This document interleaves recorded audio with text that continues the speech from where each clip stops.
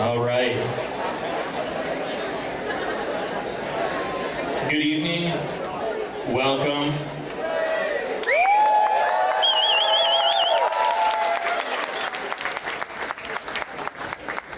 I'm not Neil, so relax.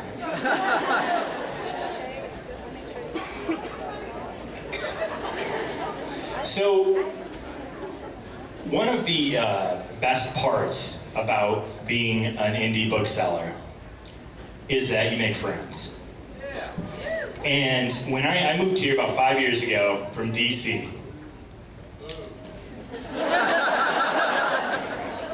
and I was immediately shocked, not just by how many readers there are in this area, but by the incredible depth of talent of writers that are from here and live here. Yeah, it's amazing. And one of who is a dear personal friend of people I know, and an amazingly talented author, and even more exciting and impressive to me than his talent is this is a gentleman, an author, who stands up for independent bookselling, stands up for the rights of authors, stands up for readers, and is just an incredibly important voice in books today.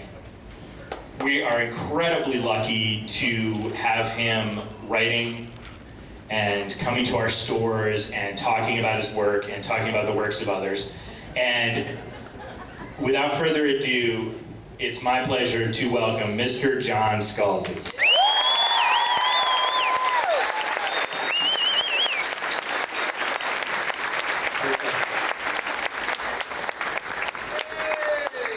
Yay, indeed. Thank you. You are not here to see me, but you get me anyway. I'm like the prize in the Cracker Jacks box. That is Neil Gaiman. Now, I'm here to introduce Neil Gaiman, and in one sense, there's absolutely no chance that any of you do not know who Neil Gaiman is because, duh, you're here.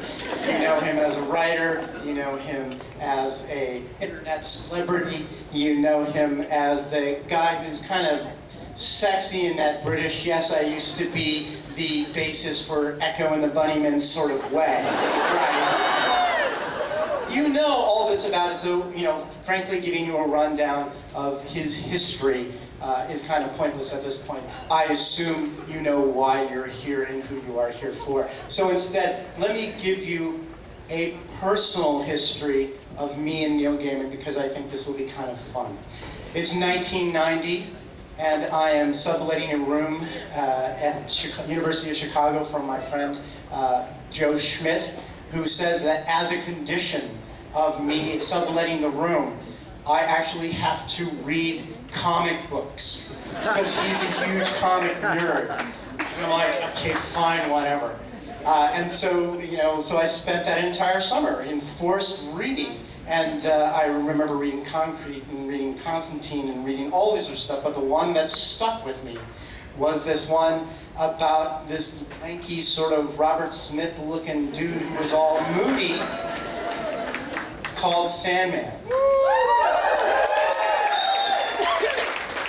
And that's my first introduction to Neil. It was required summer reading by my friend Joe Schmidt. It's now 1992 or 93, and I've burned through all of Sandman and read as much of Neil Gaiman's stuff as I could, and I'm working at a newspaper, and I'm like, I want to actually talk to this Neil Gaiman person. And so I pitch a story to my editor about these wacky things called graphic novels, how all the kids love them. So maybe I could do an interview with like one of these guys who writes, I don't know, this Neil Gaiman guy, I don't know. And so he says, fine. So I call up DC and we arrange this interview. And for like 40 minutes, I talked to Neil Gaiman about, comic books and about life, about art and all this sort of stuff. And I remember it for years and years and years and years, and of course he forgets at the moment that he puts the phone down because he's Neil Gaiman at the time. Years later I would tell him about this, he's like, oh, okay. It's 2003, I am at my very first World Science Fiction Convention, my very first Worldcon, which is also my very first science fiction convention, and it's up in Toronto. I have heard that Neil's going to be here, and I'm kind of excited. I'd like to meet him. And then all of a sudden people go, it's Neil, it's Neil, it's Neil. And all of a sudden, here comes Neil, dressed in black, with black and black accents. Walking down the hall, surrounded by gorgeous women, who knew, trailing a commentary trail of young gothlets. So many people dressed like death. It is now 2006, and I'm nominated for a Campbell Award, which I think is really super awesome cool. And I thought that's great, because it's, you know, for my first book, Old Man's War, this is going to be awesome. Thank you. A couple days later, I get another email from the Worldcon people, where they go, oh, we forgot to tell you, your book is also nominated for Best Novel. I'm like, wow, that's kind of not a trivial thing. You could have told me at the time. Much later, I learned that the reason that that was told a little bit later was that there was a book that was on the list that had been nominated. And the author decided, you know what, I've won enough of these for right now. I think it's time to let someone else get the benefit of these things. That was Anansi Boys, and the writer was Neil Gaiman. When I first met Neil Gaiman in 2009, this is the first thing I said to him. I owe you a fruit basket. 2009, I meet Neil for the first time. We have so many friends in common that when we finally meet each other, it's like, we have nothing to say to each other because we already know everybody and everybody knows us, and we've just kind of like, oh, hi. It was the start of a beautiful friendship. 2012, and this is the final thing before I get you to Neil. I'm writing on my Twitter feed. I'm getting close to about 30,000 people on my Twitter feed. And I make the joke on my Twitter feed that if I get to 30,000 people, I will strip naked and put, you know, buttercream frosting all over myself and then photograph it. Normally this would go unremarked. Unless, of course, somebody retweets it. And they have 1.8 million followers. And their name is Neil Gaiman. So immediately my Twitter numbers start skyrocketing up. And I immediately send Neil this letter, or a note saying, Neil, you bastard. If I hit 30,000 people, I'm stripping naked and being covered in buttercream frosting on your front yard. If you're a normal person, this would be where you back away from me slowly. But Neil tweets, that would be lovely. And then Lorraine, his assistant, says, oh, and I know some roller derby girls who would be happy to do it for you. And thus it was, in August of 2012, that I found myself on Neil Gaiman's front lawn, covered in buttercream frosting.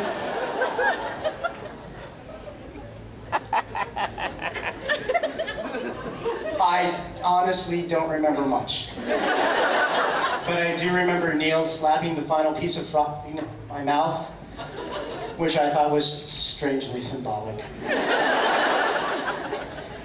Neil has been someone who I've admired for years and years and years, not only because he's just a fabulous writer, but because he is genuinely a good person. I never would have imagined that I would get to call him my friend.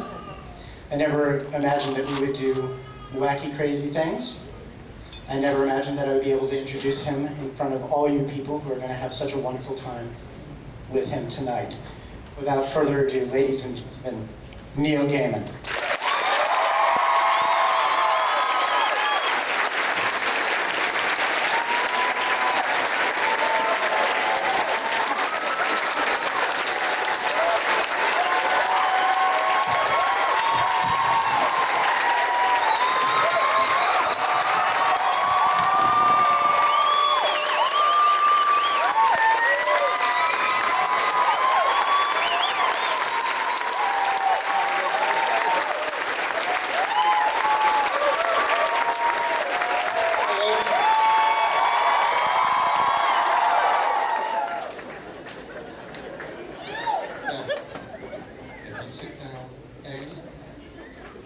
sitting down, and B, everybody can see.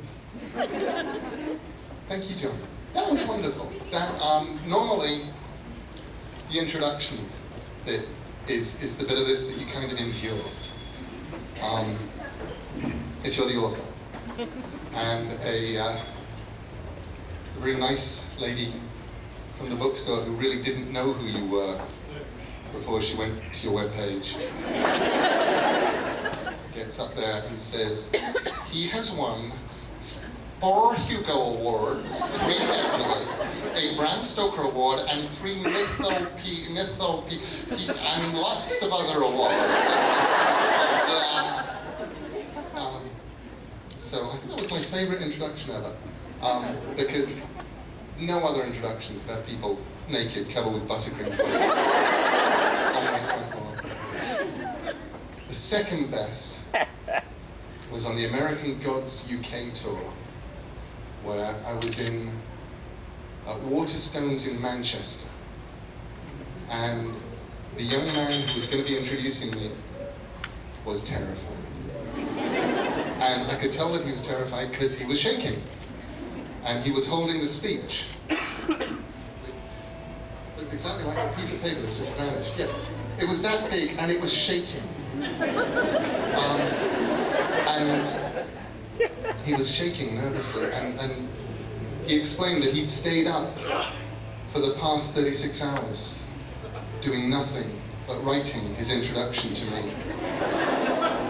And I said, you know, honestly, they all know who I am. You know, you don't honestly have to probably say much more than you know who he is, you know why you're here, and you get away with it. He said, no, I've been working on this for 2 days, and it's just me and an awful lot of coffee, and I think I've got everything in here, and it's going to be great. And the thing is in an old church. He goes up to the lectern in the church, and I think, this is going to be interesting. And he says, ladies and gentlemen, you know who he is, you know why you're here. And it was beautiful. So, hello, this is the penultimate stop on Neil Gaiman Held Hostage. And it's wonderful to see you all, it's wonderful to be here. I'd like to thank Joseph-Beth Booksellers for their hospitality in having me in.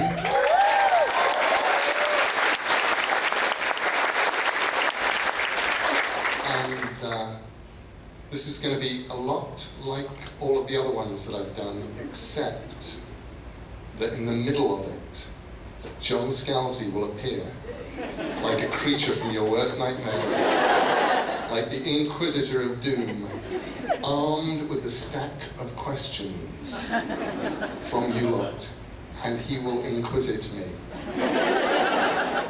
And I will give honest answers to impertinent questions. It will be brilliant. I was pleased, he sort of showed me a rough thumb through the stack of questions from you lot, and I was pleased to see the question that for some reason had come up. The last 2 stops was missing, which actually left me worrying both about the people of Chicago and the people of Nashville. Because in each of those 2 stops, somebody had asked me, why all the sex in your books?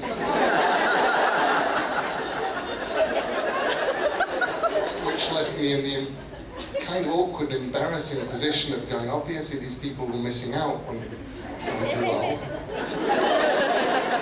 when a man loves a lady, special kind of rhythmic hug.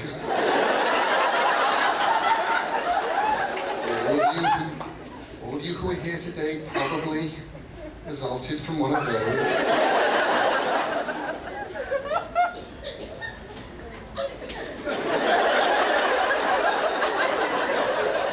Best laugh. Okay, so the plan, and I do have one. This is not the chaotic Neil Gaiman gets up here and rambles in an incredibly tired fashion that it probably seems to you. There is a plan. I'm going to read from this book. It is called The Ocean at the End of the Lane.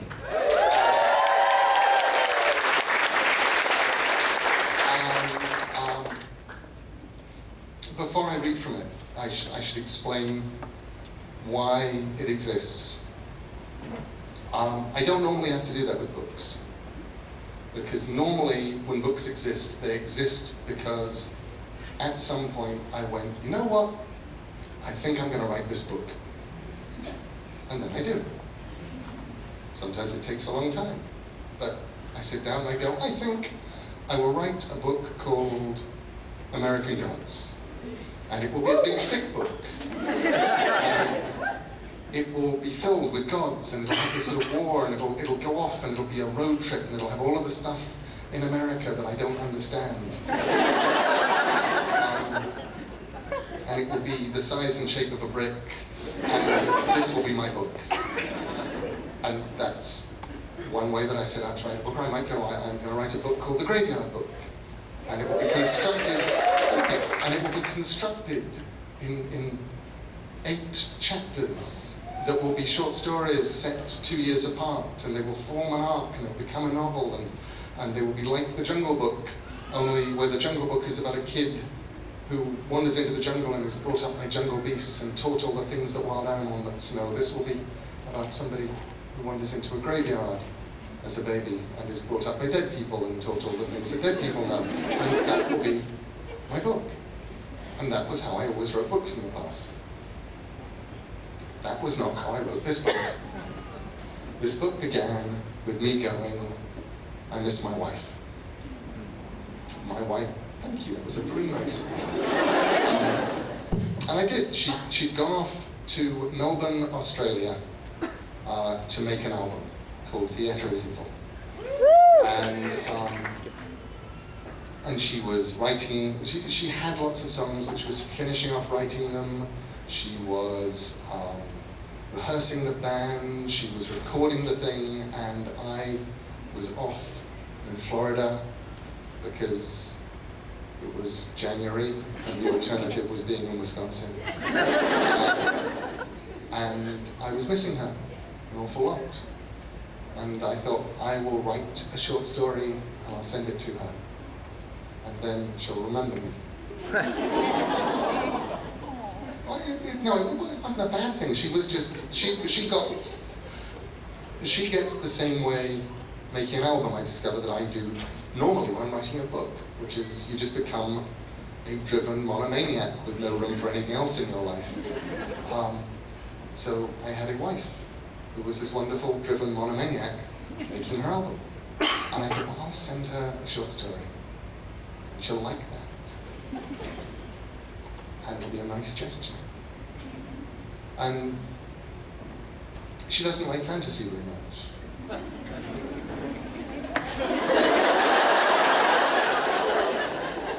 But there are things she does like, and I thought I would put them in here. She likes me. She likes honesty. She likes knowing how people work. She likes feelings. I've never really done the feelings thing before, being male and English. But I thought, I can do that. I'll put all that stuff in my short story for her and she will like it, and I will send it to her. And I started writing my short story. And then I carried on writing my short story. I carried on writing my short story some more. And then, moving up one notch on the list of things you can be eligible for in the Hugo Awards, I decided I was now writing a novelette. They're a bit longer than short stories and definitely shorter than novellas. And I kept writing this thing until I had exceeded the novelette word count. And now I was writing a novella. And that is really problematic because nobody knows how to publish novellas. When you're doing a novella, you're doomed. And I sent a really apologetic email to my editors saying, writing a novella, sorry.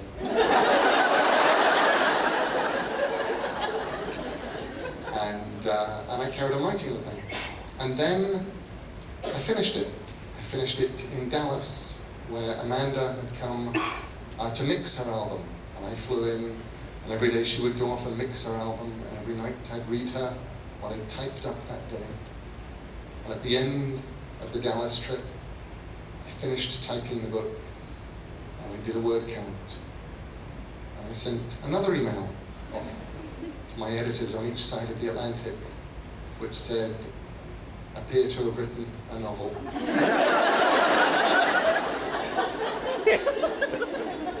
Sorry.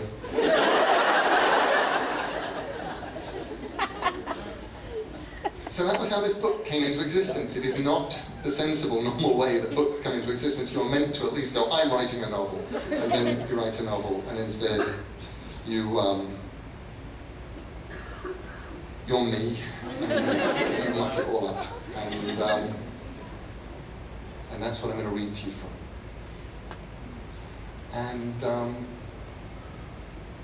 let me have a show of hands. How many of you have read this already at this point? Oh, it's getting good. By the end of the tour, I will be able to pick and choose freely from anywhere in the novel, but right now I'm still, there's enough of you who haven't read it on the stick pretty close to the beginning. I've only cheated once, last night in Nashville, because there was a thunderstorm. And there's a scene where it gets all thundery and scary. And I thought, I have to. And then I got perfect, but absolutely perfectly timed magical thunderclaps at the right, sort of like that. Only with actual thunder. At exactly the right moments, and it was magic. Let's see.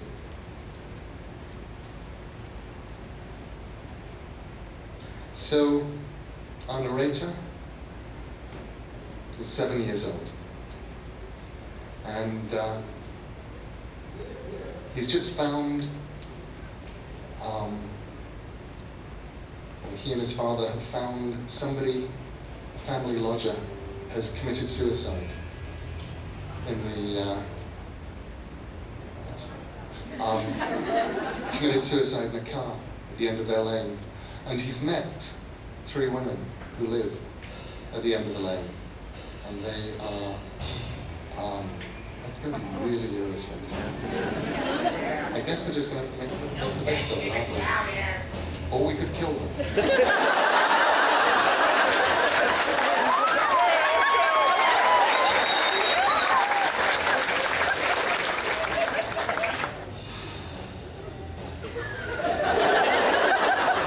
Make the best of it, kill them. You know, the question is, if all of us did it, it would be like Murder on the Orient Express.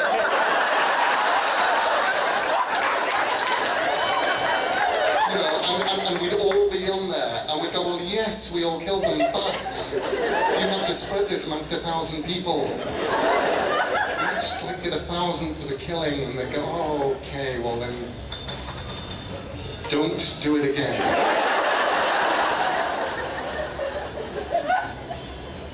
So, he's met 3 mysterious women at the bottom of the lane. He's, something weird has happened. A person has killed himself, and now he's having bad dreams.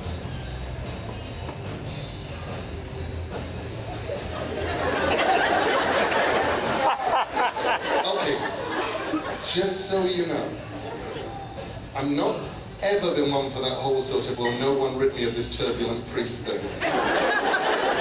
Anyone in this room kills those people. I personally will not blame you.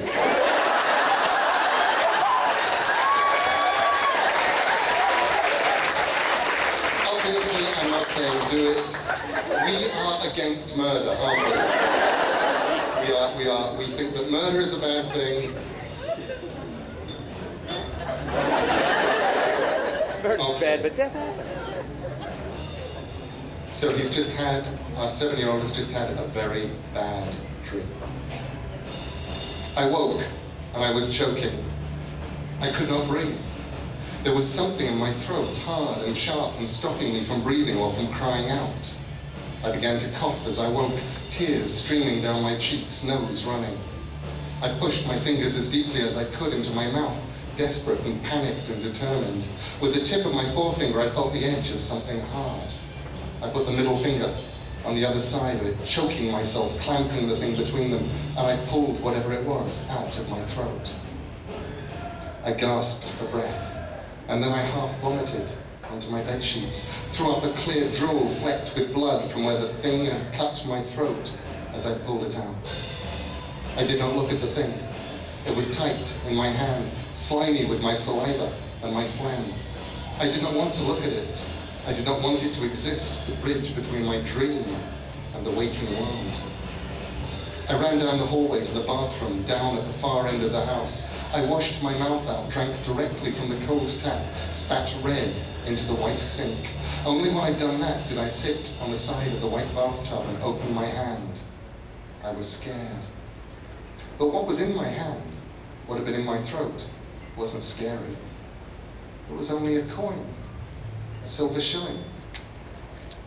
I went back to the bedroom. I dressed myself, cleaned the vomit from my sheets as best I could with a damp face flannel.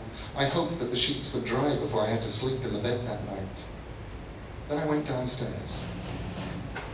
I wanted to tell someone about the shilling, but I did not know who to tell. I knew enough about adults to know that if I did tell them what had happened, I would not be believed. Adults rarely seem to believe me when I told the truth anyway. Why would they believe me about something so unlikely? My sister was playing in the back garden with some of her friends. She ran over to me angrily when she saw me. She said, "I hate you. I'm telling Mommy and Daddy when they come home." "What?" "You know," she said. "I know it was you." What was me? Throwing coins at me, at all of us from the bushes? That was just nasty. But I didn't. It hurt. She went back to her friends, and they all glared at me. My throat felt painful and ragged. I walked down the drive. I don't know where I was thinking of going. I just didn't want to be there any longer. Letty Hempstock was standing at the bottom of the drive, beneath the chestnut trees. She looked as if she'd been waiting for 100 years and could wait for another 100. She wore a white dress, but the light coming through the chestnut's young spring leaves stained it green. I said, "Hello." She said, "You were having bad dreams, weren't you?" I took the shilling out of my pocket and showed it to her. "I was choking on it," I told her, "when I woke up, but I don't know how it got into my mouth. If someone had put it into my mouth, I would have woken up. It was just in there when I woke." "Yes," she said. "My sister says I threw coins at them from the bushes, but I didn't." "No," she said, "you didn't." I said, "Letty, what's happening?" "Oh," she said, as if it was obvious. "Someone's just trying to give people money, that's all. But it's doing it very badly, and it's stirring things up around here that should be asleep, and that's not good." "Is it something to do with the man who died?" "Something to do with him, yes." "Is he doing this?" She shook her head. Then she said, "Have you had breakfast?" I shook my head. "Well then," she said, "come on." We walked down the lane together. There were a few houses down the lane here and there back then, and she pointed to them as we went past. "In that house," said Letty Hempstock, "a man dreamed of being sold and of being turned into money. Now he started seeing things in mirrors." "What kinds of things?" "Himself, but with fingers poking out of his eye sockets and things coming out of his mouth, like crab claws." I thought about people with crab legs coming out of their mouths in mirrors. Why did I find a shilling in my throat? He wanted people to have money. The opal miner who died in the car. Yes, well, sort of, not exactly. He started all this off like someone lighting a fuse on a firework. His death lit the touch paper. The thing that's exploding right now, that isn't him. That's somebody else. Something else. She rubbed her freckled nose with a grubby hand. "Lady's gone mad in that house," she told me, and it would not have occurred to me to doubt her. "She has money in the mattress. Now she won't get out of bed in case someone takes it from her." "How do you know?" She shrugged. Once you've been around for a bit, you get to know stuff. I kicked a stone. By a bit, do you mean a really long time? She nodded. How old are you, really? I asked. 11. I thought for a bit. Then I asked, how long have you been 11 for? She smiled at me. We walked past Caraway Farm, the farmers, whom one day I would come to know as Callie Ander's parents, were standing in their farmyard, shouting at each other. They stopped when they saw us. When we rounded a bend in the lane and were out of sight, Letty said, those poor people. Why are they poor people? Because they've been having money problems. And this morning, he had a dream where she was doing bad things to make money. So he looked in her handbag and found lots of folded up 10-shilling notes. She says she doesn't know where they came from, and he doesn't believe her. He doesn't know what to believe. All of the fighting and the dreams, it's about money, isn't it? I'm not sure, said Letty. And she seemed so grown up then that I was almost scared of her. Whatever's happening, she said eventually, it can all be sorted out. She saw the expression on my face then, worried, scared even. And she said, after pancakes. Letty cooked us pancakes on a big metal griddle on the kitchen stove. They were paper thin, and as each pancake was done, Letty would squeeze lemon onto it and plop a blob of plum jam onto the center and roll it tightly, like a cigar. When there were enough, we sat at the kitchen table and wolfed them down. There was a hearth in that kitchen, and there were ashes still smouldering in the hearth from the night before. That kitchen was a friendly place, I thought. I said to Letty, I'm scared. She smiled at me. I'll make sure you're safe, I promise. I'm not scared. I was still scared, but not as much. It's just scary. I said, I promise, said Letty Hempstock. I won't let you be hurt. Hurt? Said a high, cracked voice. Who's hurt? What's hurt? Why would anybody be hurt? It was old Mrs. Hempstock, her apron held between her hands, and in the hollow of the apron, so many daffodils that the light reflected up from them transformed her face to gold, and the kitchen seemed bathed in yellow light. Letty said, something's causing trouble. It's giving people money in their dreams and in real life. She showed the old lady my shilling. My friend found himself choking on this shilling when he woke up this morning.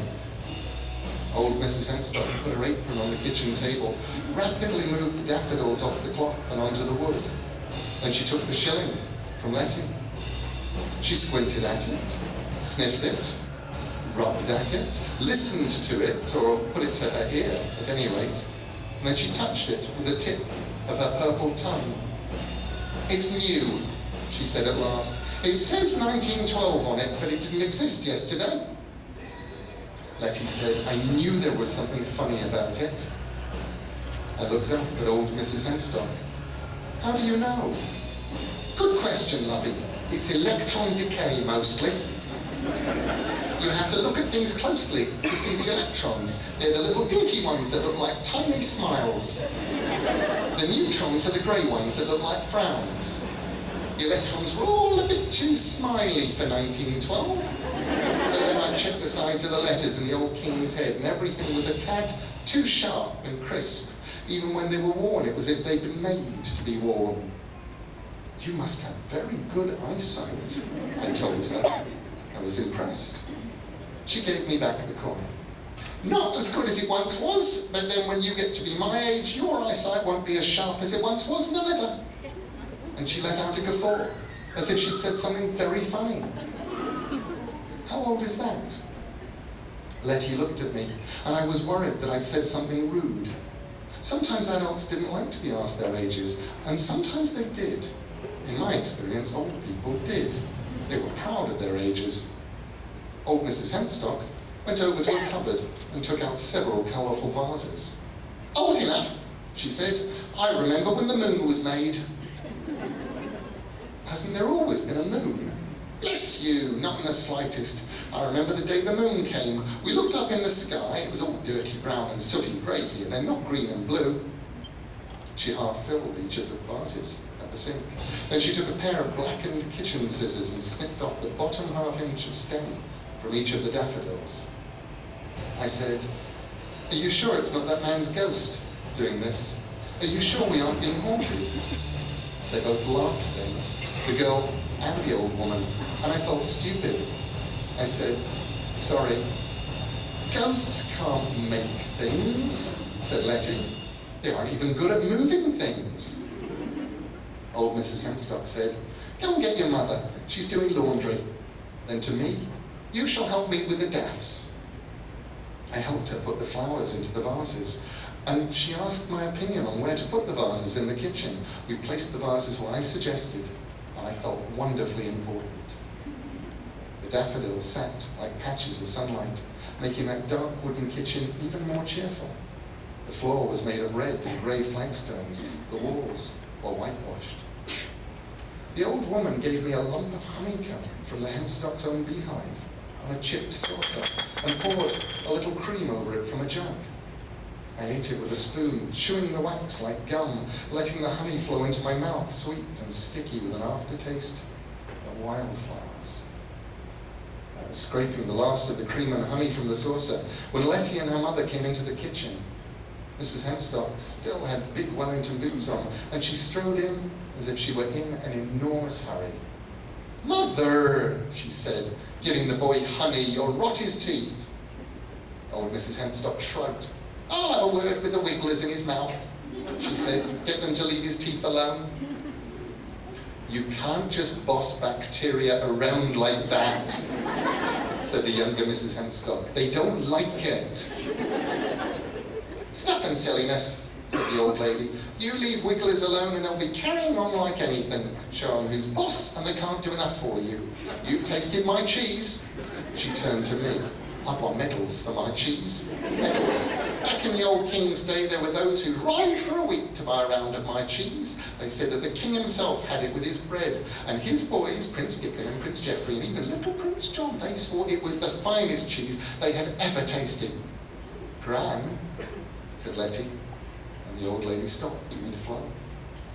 Letty's mother said, "You'll be needing a hazel wand, and," she added somewhat doubtfully, "I suppose you could take the lad. It's his coin and it'll be easier to carry if he's with you.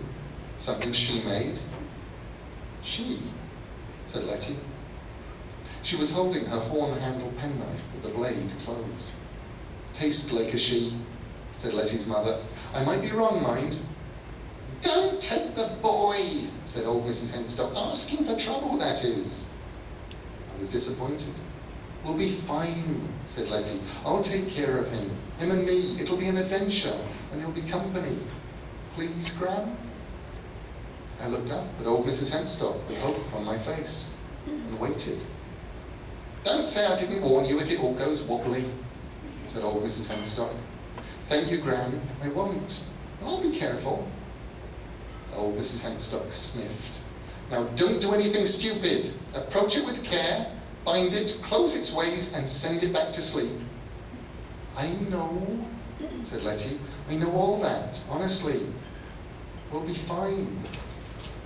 That's what she said. But we weren't.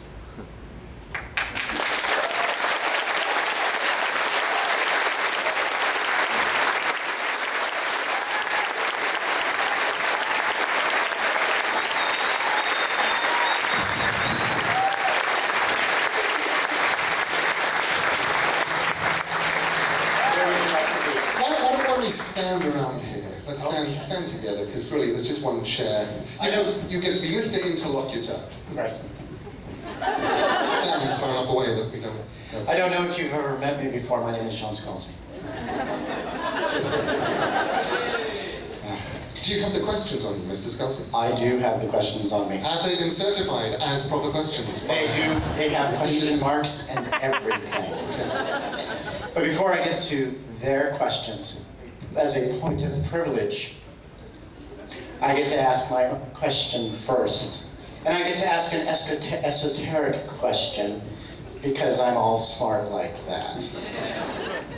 And my question, without giving any spoilers, there is a line... Hang on. If anybody has the ability to just turn down these mics ever so slightly so they don't do the squeaky feedback. Squeaky feedback? Could you make that happen? Yes.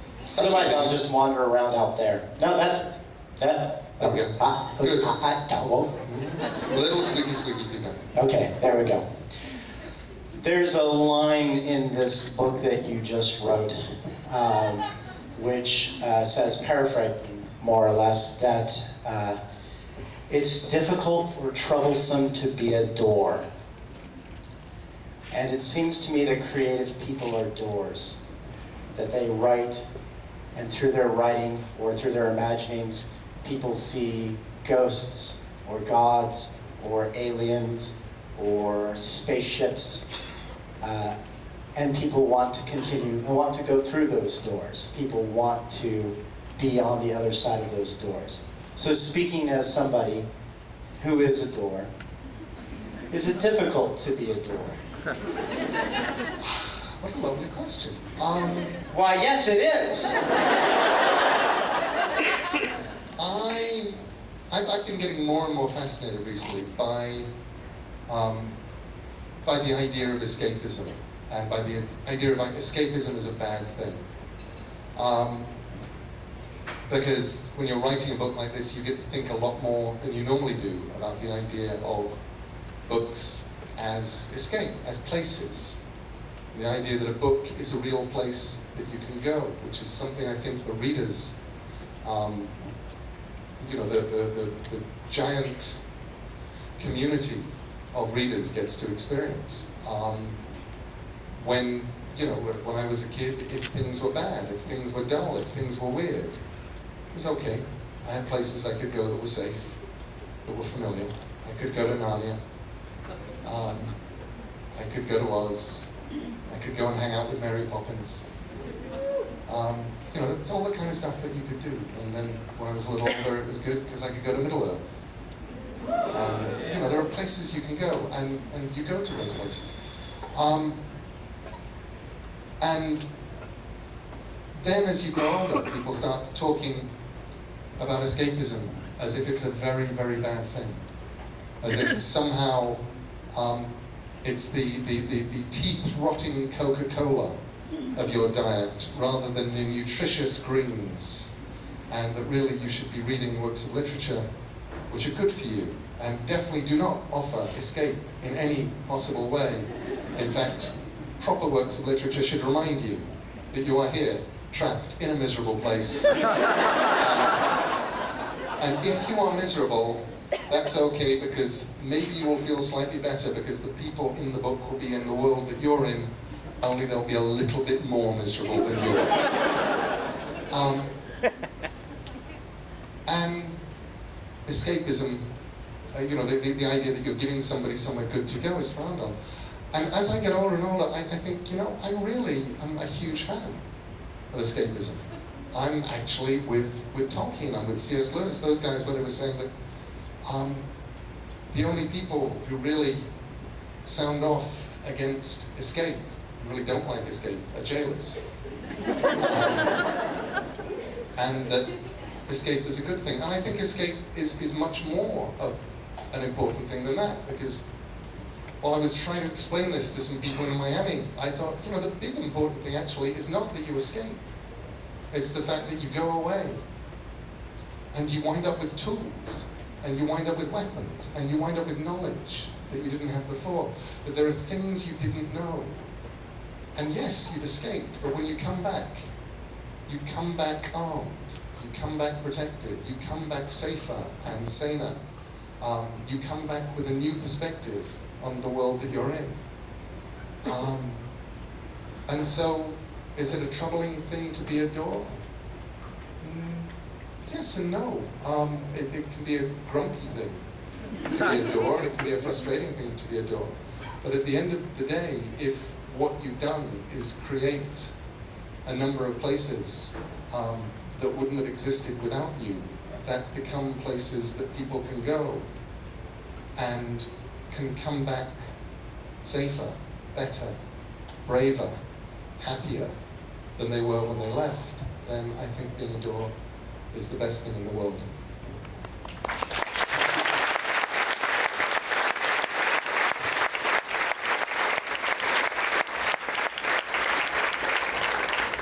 This question sort of almost feeds into that. It says, I admire how you pull the hidden places into the everyday world. When you go on walks, do you find yourself looking for these places?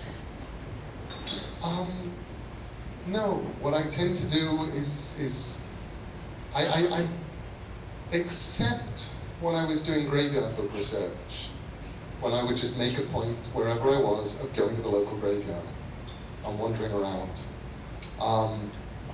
And I remember the point where I started noticing that in every single graveyard there'd always be this one really grotty grave on which, you know, you had a thing that wasn't really an angel anymore. It wasn't even a weeping angel, it was just a thing. And I went, you know, I think these are ghoul gates. And that time I went looking and I found something. But normally what I tend to do is ideas turn up at the moment you're not looking for them. Ideas tend to turn up in two different ways. Either I will just be daydreaming, and I'll be walking, or I'll be driving, or I'll be going from place to place, and I will see something, and my mind will wander, and suddenly I will realize that actually the tree that I just drove past was Yggdrasil, the world tree, and that's what it looks like. And suddenly I'm building something in my head. Or, you know, the point where you're driving in the winter up in the Midwest and you realize that the snow blowing across the road looks like snakes. And you start wondering what it would be like if there were snakes of snow across the road. And it never actually turns into a story. It's always this thing when I'm driving and stuff. So either it's just you're thinking about something else and it turns up, or you're working on something else. And it's like people say, well, what is the best place to get ideas, the best way to get ideas? And the answer is to write something different, because then you wind up with things you can't use. And that's really the point where an idea turns up and goes, me, look at me, I'm so clever. And you go, yeah, I can't write. Do something else. Why do you like to use female trios in your books? E.g., the Hempstocks, the Zoria sisters, the women of past, present, and future, and from the American Gods. I have no imagination.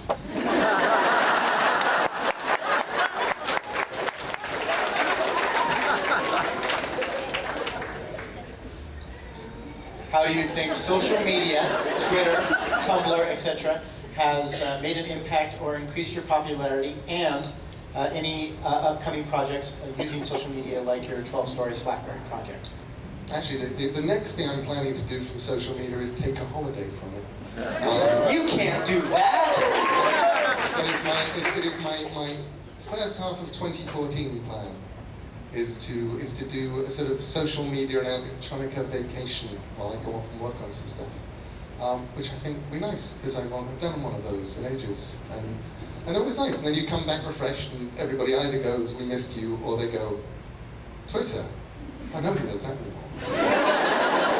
Oh my God, we're all on this thing now, where we just sort of post these 1-second videos of ourselves screaming. That's all anybody does now. It's Screamer spelled S-C-R-E-M-R. Yeah, Screamer, yeah. Okay. And suddenly I have to decide, am I going to sign up for this new platform of 1-second videos of me screaming? That was only half a second, do better.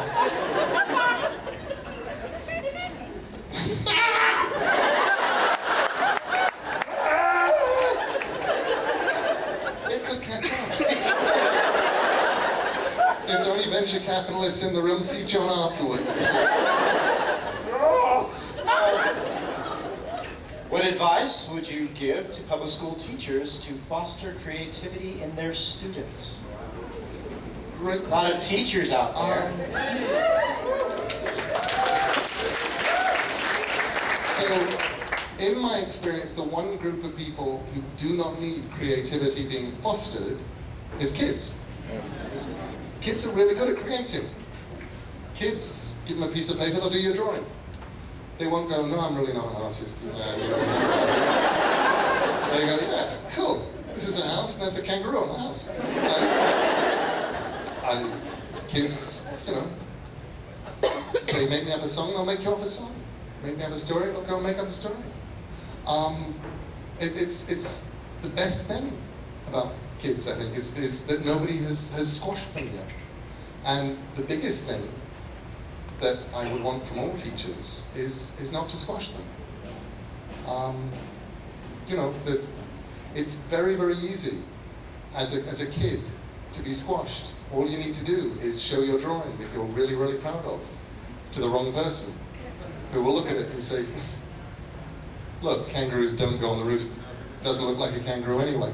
And you go, oh, I get it. People don't like me drawing. And you stop. So, biggest piece of advice in terms of the fostering of creativity is just encourage, especially encouraging kids. And the other one, I'd say, which is sort of feeds into that in a weird kind of way, is there is no such thing as bad literature for kids. Every now and again,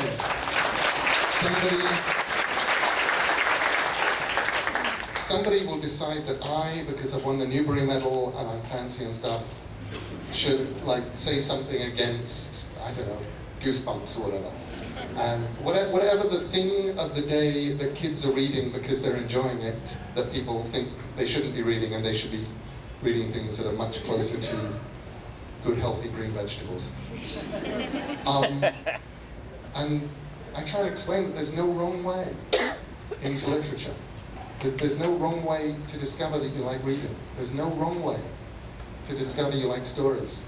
And if you're a kid, it doesn't matter that whatever you're being shown is old and hackneyed and rubbish and you've done a million times before, because that doesn't matter, because this is the first time you're seeing it. And for you, it's new, and it's exciting, and it's magic. So don't squash people. And last thing, don't, for God's sake, do what I did with my daughter Holly when she was about 11 and said, I love these Goosebumps books. They're great. They're like scary and everything. They're fantastic. Do not go, if you like that, I got something you'll love, go down to the library and come back with a copy of Carrie.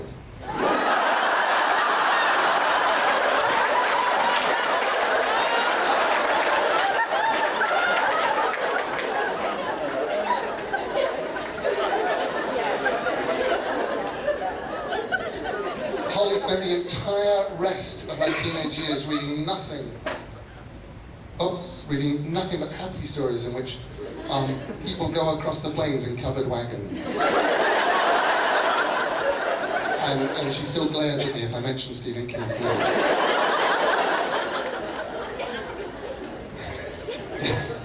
It's true.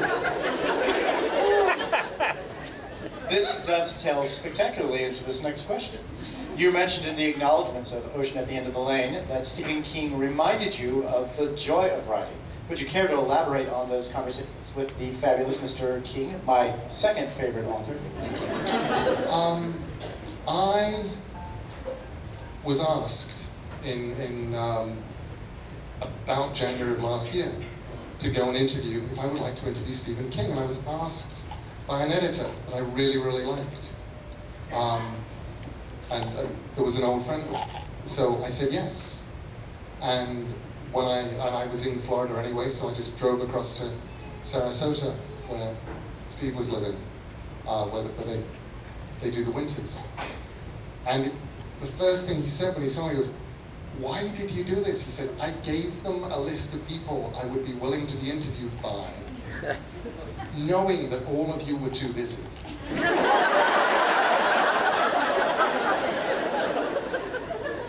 And I said, I did it because I was asked by my friend Kathy from the Sunday Times. And we go way back. She wrote me this letter, and I said I couldn't turn it down. He said, Interestingly, by the time I handed in the article, 4 days later, she'd been fired. I know, that was how I felt. But it meant that I got to spend a couple of days with the Kings in Sarasota, and Joe Hill was also there. And I've known Joe since he was about 20 and looked just as clonally like his father. It's scary, isn't it? I have a theory, which is instead of being born the natural way, at some point Steve probably accidentally cut off one of his fingers and just dropped it in the vat. And at some point, little Joe Hill came crawling out. Yeah. So and it was great. We spent. It was meant to be an interview, but really it was just mostly us talking about writing, of which a fraction got into the thing, and a lot of it was just talking to Steve about how his writing process and how he's built a life in which fundamentally he is happy because he writes. And I loved that. I loved the idea of, he's at his desk by about 8, he's done for the day by midday, and as long as he's done his 6 pages, he's completely happy. Anything else can happen in the day, and it's fine, because he's happy. Another quick question from me. Were you aware that when you were speaking your story earlier, when the music was going, you were reading to the beat? No, was I? Yes. Probably. I've noticed that I do that in Australia several times. I've actually done readings with string quartets playing in the background. And I find that gets really weird, because after a while you just sort of start finding the beats and finding the ways the beats match the patterns of what you're reading, and things sort of spring and bounce and get really kind of odd. It's awesome. What do you I still hope they're going to die.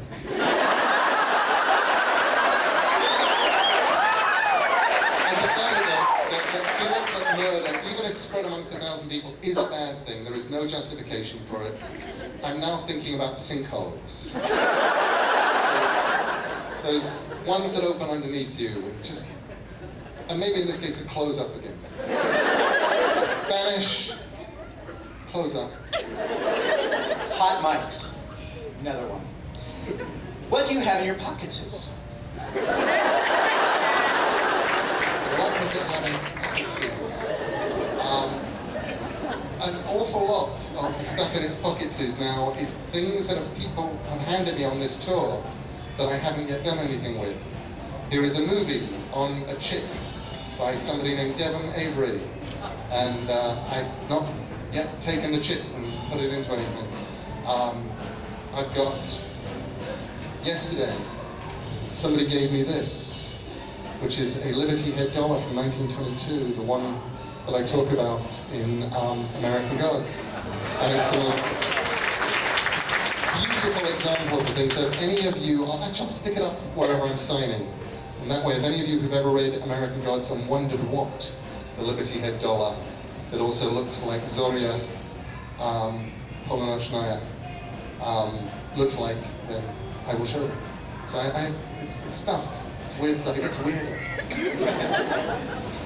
Speaking of American Gods, why did you choose Rock City as the site of climax to American Gods?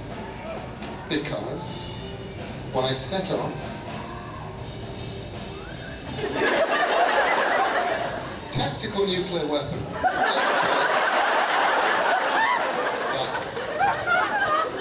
I mean, they talk about, these suitcase bombs. A little briefcase, just something very small. What we want here is a mousetrap.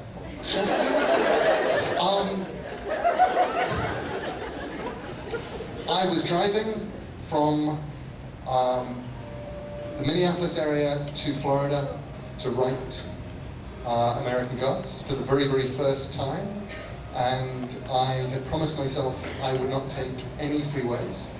So I was driving weird back routes, and in those days, you didn't have magical devices in your pocket with maps on you on them that showed where you were. You had to write to the AAA and say, I'm going to be making this journey. And by the way, I don't want to go on any freeways. And they would send you back something that thick, a book for each state and a giant map showing you where you could go and how you would do it. And I took that map, except where I ignored it and just decided to follow road signs.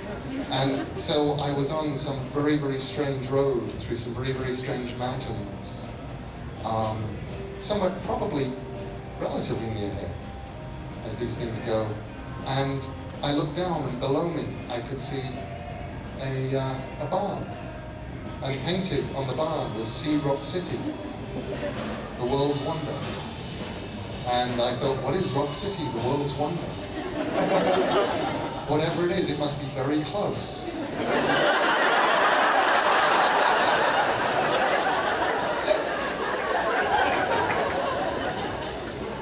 And as I drove through back ways, every now and again I would see another sign. And I think I drove for a good day and a half, mostly, until I got to Chattanooga and went, I have to see Rock City. And then I discovered it is impossible, if you don't actually know what you're doing, to get off at the exit for Chattanooga and follow the signs to Rock City and get to Rock City. Because despite having put up brilliant stealth barns all over America, so you can go and see it, the idea of actually signposting the way to Rock City from the Rock City exit has not yet occurred to anybody. You would think, but it hasn't. But I did. I went to Rock City and I walked around it and I went, this appears to be exactly the thing that I'm talking about in my book. I had this idea that the holiest places in America would all be the kinds of places where tourists would turn up in enormous quantities and not know why they were there. And they'd walk around it and then nobody would be quite sure at the end what they'd seen or why they were there. And they wouldn't walk away happy. They'd walk away with this sort of puzzle, what the fuck was that about? And the tourists moving through these attractions would be like water on a prayer wheel, gradually accumulating power to these places. So that was my idea. And I think it was the point where I encountered the black-lit fairyland characters that I went, good, my head just broke, I'm putting this is going in my book. So that was one. Let's do the last question, and then I may try and read something else.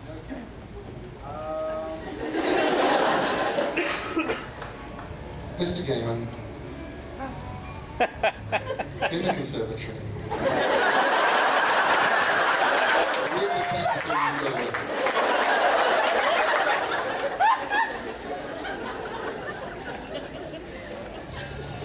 the final question. Sorry, my brain just went the final countdown. How do you balance your personal relationships while finding time to write? Or you could read this as, how do I get my girlfriend to think I'm not ignoring her when I write or draw? Dude. You're doomed. I had spent my entire life trying to train my loved ones into understanding that I am working when I am staring out of the window. I am 52. I've been a professional writer for over 30 years now. I've made no progress on this. If I am sitting staring off blankly into space, people assume I am not doing anything. And how do you do it? I don't know. I tend to run away. I have now become somebody who is expert at sidling over to friends who have more houses than they have bodies and saying, you're not using that house, are you? Can I just I wouldn't mind if somebody just sort of nipped in and wrote a book quickly. It doesn't work, and you know, what I tend to do is just do things that work in terms of space. I have in the Midwest, I have a gazebo down in the woods. I've been told it's technically not a gazebo because the windows are filled in, but it is my gazebo. And I go there, and it's just out of reach of the house's Wi-Fi, which is brilliant. And it's just far enough away from the house that if somebody turns up there to talk to me or do something and they're not carrying a cup of tea for me, they will at least get glared at. And so that's actually a good way of doing it for me. But now, you know, with a new relationship, getting married, with Amanda, I'm discovering the opposite side of that, which is we are both equally as bad.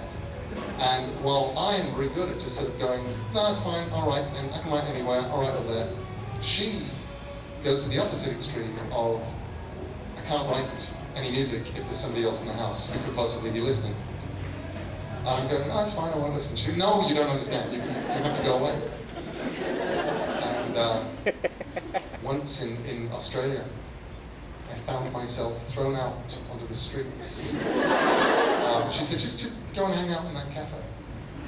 I'll be done soon. But okay. I'm down in the cafe. And then 11:30 happens, and they're sort of going, do you want anything else? I'm going, oh, another cup of tea maybe? I go, okay. Then midnight happens, and they go, you have to go away now.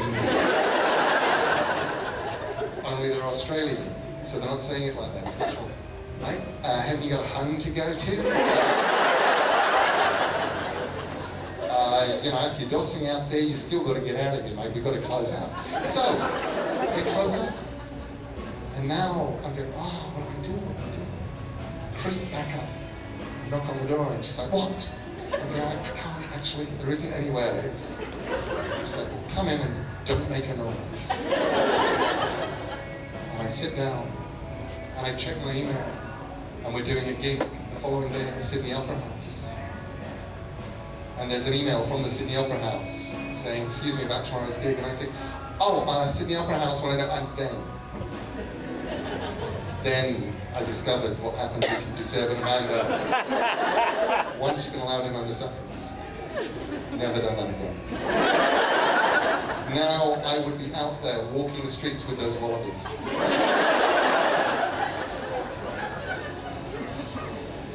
I hope that helps. Ladies and gentlemen.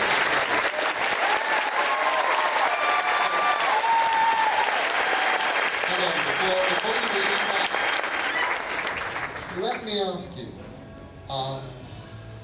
is there any way that any more sort of doors and things can be closed over there? Can be sort of cut down on anyone who have the power to close doors right over there and to sort of make things a little bit quieter? Because I would love to read something else, but I don't really want to do it while we're listening to them. Because I've written another book. And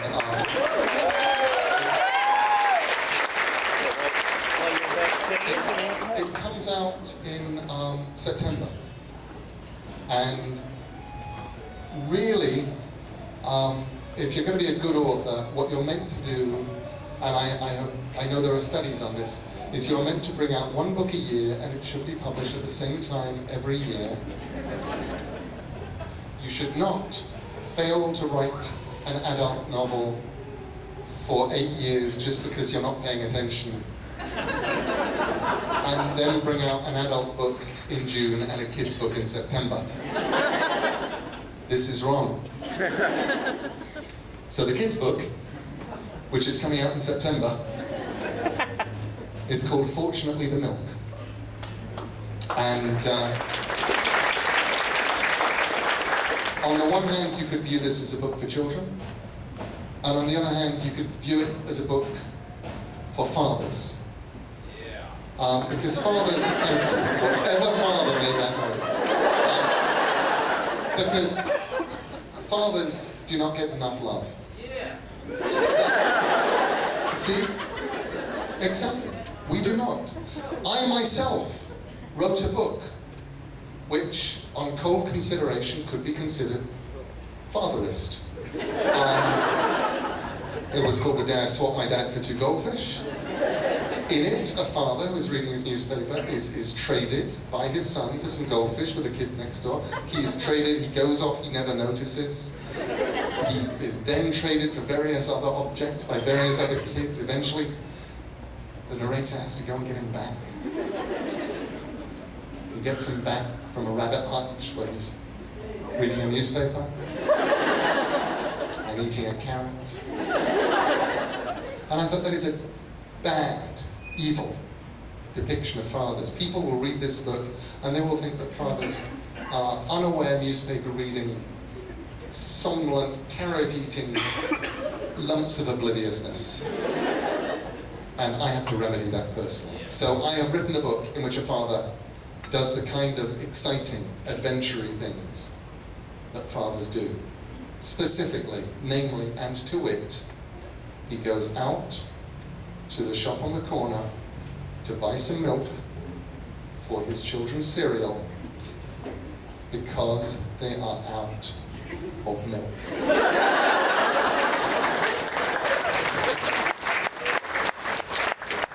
And I will begin the reading at the point where he comes back, having been out for some time.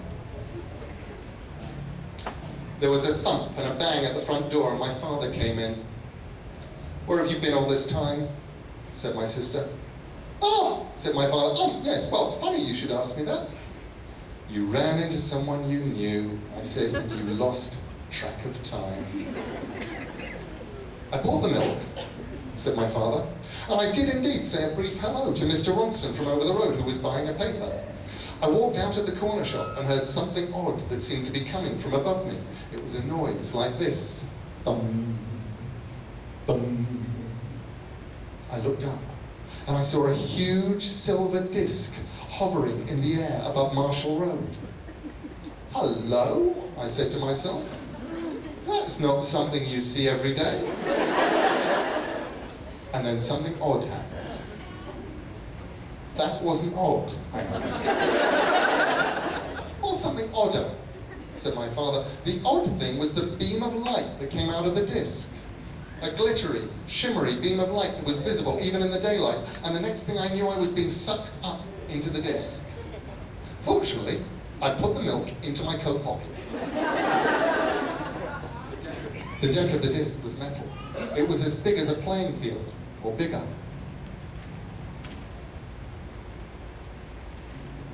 "We have come to your planet from a world very far away," said the people in the disc. I call them people, but they were a bit green and rather globby, and they looked very grumpy indeed.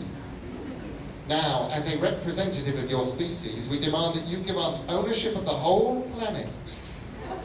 We are going to remodel it." "I jolly well won," I said. "Then," it said, "we will bring all your enemies here and have them make you miserable until you agree to sign the planet over to us." I was going to point out to them that I didn't have any enemies. Well, I noticed a large metal door with "Emergency exit, do not open for any reason, this means you" on it. I opened the door. "Don't do that," said a green globby person. "You'll let the space-time continuum in." But it was too late. I had already pushed open the door. I jumped. I was falling. Fortunately, I kept tight hold of the milk. So when I splashed into the sea, I didn't lose it. "What was that?"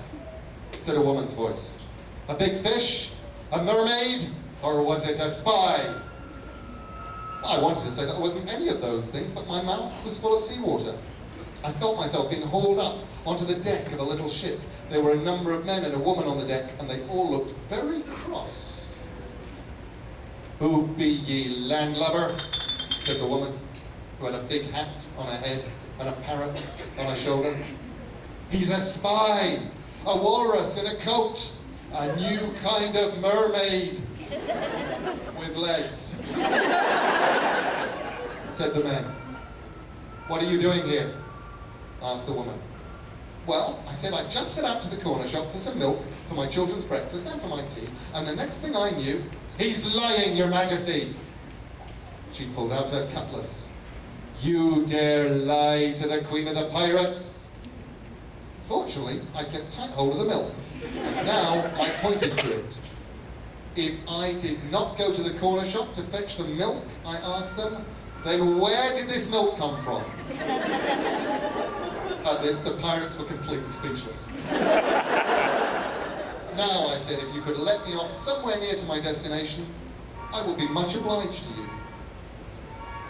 And where would that happen to be? Said the Queen of the Pirates.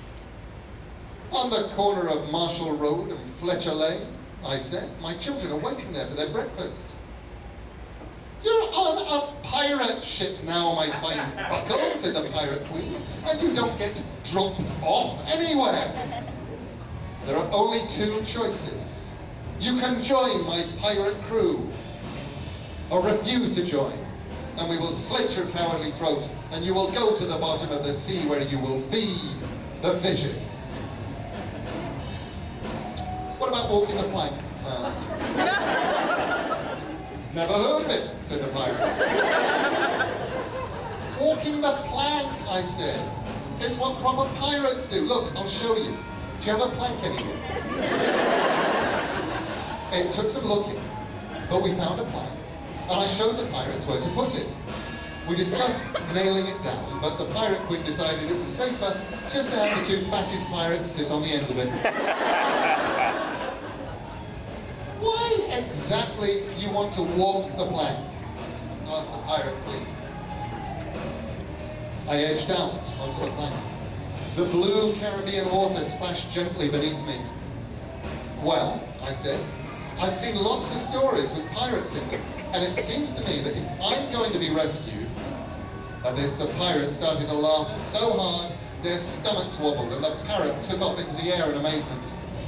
Rescue? They said. There's no rescue out here. We're in the middle of the sea. Nevertheless, I told them, if you're going to be rescued, it will always be while walking the plank. Which we don't do, said the Pirate Queen. Here, have a Spanish doubloon and come and join us in our piratical adventures. It's the 18th century, she added, and there's always room for a bright, enthusiastic pirate. I caught the doubloon. I almost wish that I could, I told her, but I have children, and they need their breakfast. Then you must die. Walk the plank. I edged out to the end of the plank. Sharks were circling. So were piranhas. And this was where I interrupted my dad for the first time. Hang on, I said, piranhas are a freshwater fish.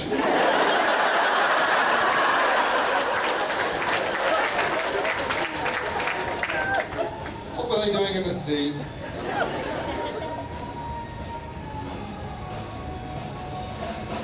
You're right, said my dad, the piranhas were later. Right, so...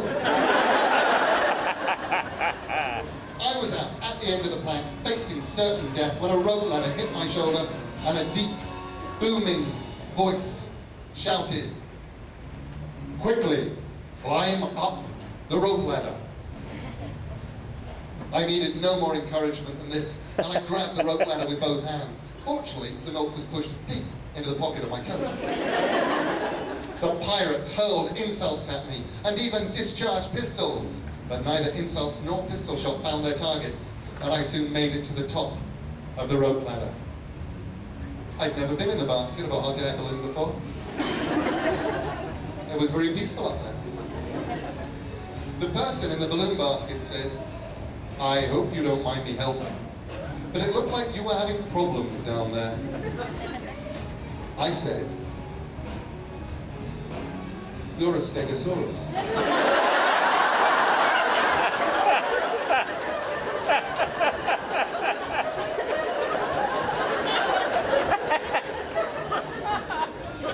I am an inventor, he said. I have invented the thing we are traveling in, which I call Professor Steg's floaty ball person carrier. I call it a balloon. I said, Professor Steak's floaty ball person carrier is the original name, he said. And right now we are 150 million years in the future. Actually, I said, I think we're about 300 years in the past. Do you like hard, hairy, wet, white crunchers? He asked. Coconuts? I guessed. I named them first. He picked up a coconut from a basket and ate it shell and all, just as you or I might crunch toast. He showed me his time machine. He was very proud of it. It was a large cardboard box with several pebbles on it and stones stuck to the side. There was also a large red button. I looked at the stones. Hang on, I said, those are diamonds and sapphires and rubies. Actually, he said, I call them special shiny clear stones, special shiny bluey stones, and special shiny red stones, I suggested. Indeed, he said, I called them that when I was inventing my really good moves around in time machine 150 million years ago. Well, I told him, it was very lucky for me that you turned up when you did and rescued me. I'm slightly lost in space and time right now, and I need to get home in order to make sure my children get milk for their breakfast. I showed it to him. This is the milk. Although I expect that 150 million years ago, you call it wet, white, drinky stuff. Dinosaurs are reptiles, said Professor Stick. We do not go in for milk. Do you go in for breakfast cereal? I asked. Of course, he said. Dinosaurs love breakfast cereal, especially the kind with nuts in. What do you have on your cereal? I asked. Orange juice, mostly. Oh, we just eat it dry, but I shall put this in my book. In the distant future, small mammals put milk on their breakfast cereal. I shall write a wonderful book when I return to the present. Actually, I said, I think this is definitely the past. It has pirates in. It's the future, he said. All the dinosaurs have gone off to the stars, leaving the world to mammals. Oh, I wonder where you all went. I said, the stars, he told me. That is where we will have gone. So, I said, can you take me home? Well, he said, yes. And no. What does that mean? Yes, I would love to take you home. Nothing would make me happier. No, I cannot take you home. In all honesty, I do not believe that I can take me home. My time machine is being temperamental. I need a special shiny greeny stone. I press that button many times, but nothing happens. Button? Don't you mean big red flat pressy thing? I asked.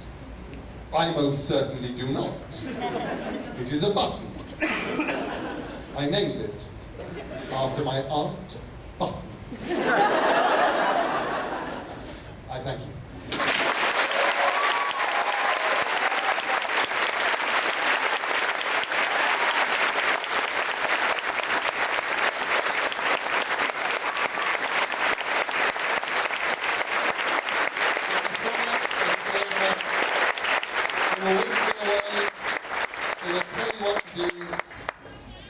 I will sign until my hand falls off you all tonight, and then we'll continue signing with a disembodied, bleeding, bloody hand, doing it on its own. Thank you.